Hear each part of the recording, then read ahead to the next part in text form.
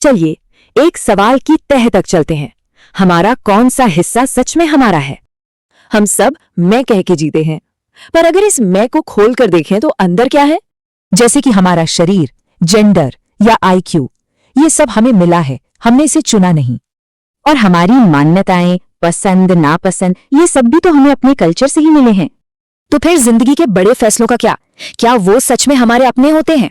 पढ़ाई हो, करियर हो या शादी, हर जगह समाज और ट्रेंड्स का ही तो असर है। तो ऐसा लगता है कि हमारी पहचान बाहरी हिस्सों को जोड़कर बनाई गई एक चीज है।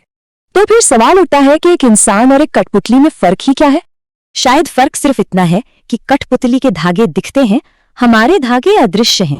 इस हिसाब से हम बस एक मशीन है जो किसी और के दिए प्रोग्राम पर आउटपुट दे रही है। मैं कौन हूं?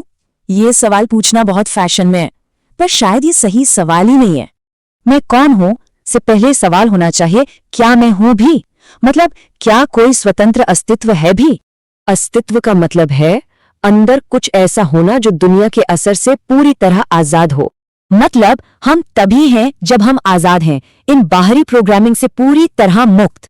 और ये कोई पुरानी फिलॉसफी नहीं है। आज ये नियंत्रण की ताकतें बहुत ज्यादा शक्तिशाली हैं। विज्ञापनदाता, कॉरपोरेशन, पॉलिटिकल कैंपेन सब हमारी प्रोग्रामिंग को समझना चाहते हैं।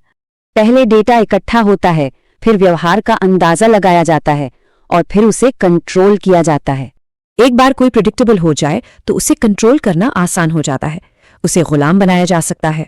ये कंट्रोल जबरदस्ती नहीं होता, ये अदृश्य चिप्स की तरह हमारे दिमाग में ही डाल दिया जाता है। तो सोचिए, अगर किसी को अंदर से ही पकड़ लिया गया है तो क्या उसका कोई अस्तित्व है? इसका एक ही जवाब है, अपनी हर राय पर सवाल उठाना, पूछना ये विचार आया कहां से? लेकिन ये सवाल पूछना डरावना भी है, क्योंकि इसका जवाब आसान नहीं। क्योंकि इस सवाल के बाद आती है जिम्मेदारी, आजाद रहने की और उसके नतीजों को भुगतने की। जिम्मेदारी निभाना मुश्किल है, इसीलिए ज्यादातर लोग कठपुतली बने रहना ही पसंद करते हैं। तो अब चुनाव हमारा है। क्या हम आजादी की जिम्मेदारी लेने के लिए तैयार हैं?